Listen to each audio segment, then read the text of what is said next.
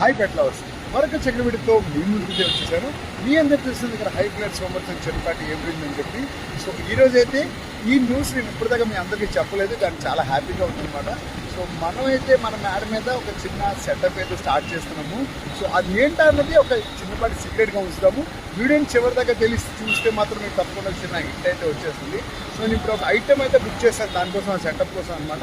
Item తీసుకోవడానికి RTC కాంప్లెక్స్కి అయితే వెళ్తున్నాను. మన వైజాగ్లో దగ్గర ఉన్న ఆఫీస్ అయిపోయింది, ఆఫీస్ అయిన తర్వాత దగ్గరగా ప్రాజెక్ట్ కొట్టి అలాగ అయిపోతుంది.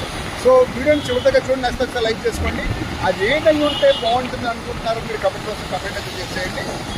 ఫైనల్గా మరి అంతా అయితే బైక్ మీద అయితే చాలా దూరం వెళ్ళిపోయాను అనమాట. ఆ పార్సల్ అయితే మాత్రం మనకి సికింద్రాబాద్ నుంచి అయితే వచ్చింది.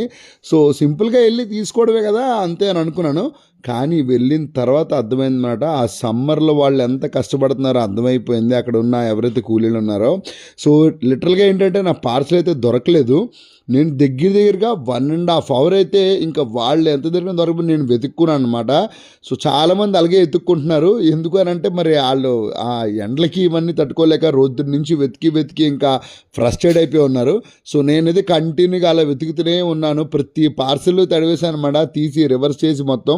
అయినా సరే ఆచూకీ అయితే దొరకలేదు.